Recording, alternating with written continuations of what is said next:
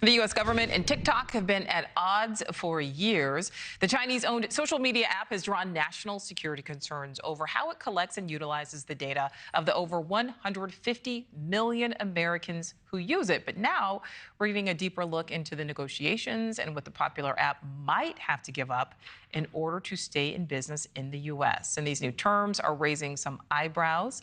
A 100-page document details how ByteDance would have to give the U.S. government nearly blanket access to ByteDance and in turn, a near all access pass to your personal data, and could also control the content you see on a daily basis. So here to explain, let's bring a digital business exec and managing director at Strata Americas, Seth Schackner. Seth, thank you so much for giving us some of your time. First of all, we know that there's this proposal out there, but why is there so much focus on TikTok? Is it only because of this connection to China? Because really all apps are collecting our information with these things.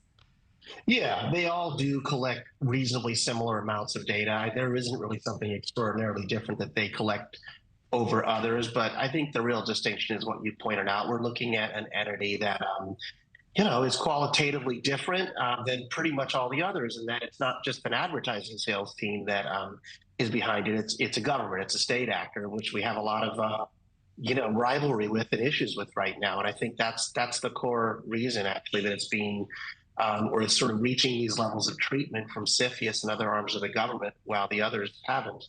So, Seth, there's this 100-page document, we mentioned at the top of this. If this situation with TikTok is somehow resolved, because we're seeing more local governments, state governments banning the app on any type of government device. But, ultimately, won't some other app really end up being a problem? Does it kind of just shift to the next thing?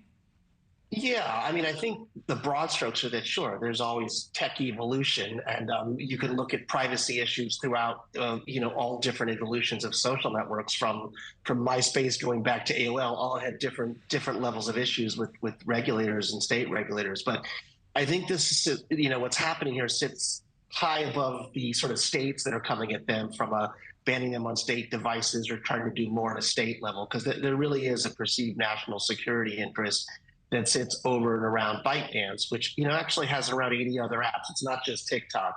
But I do think that what they call Project Texas, and that Europeans call it Project Clover, I believe, which is what looks like something that's almost spun off into the hands of a government to give a government control, is really different and stronger. It is very inconsistent from what I've seen with other social networks and other digital services behind it. So I'm actually somewhat of an optimist if this structure can work for both sides.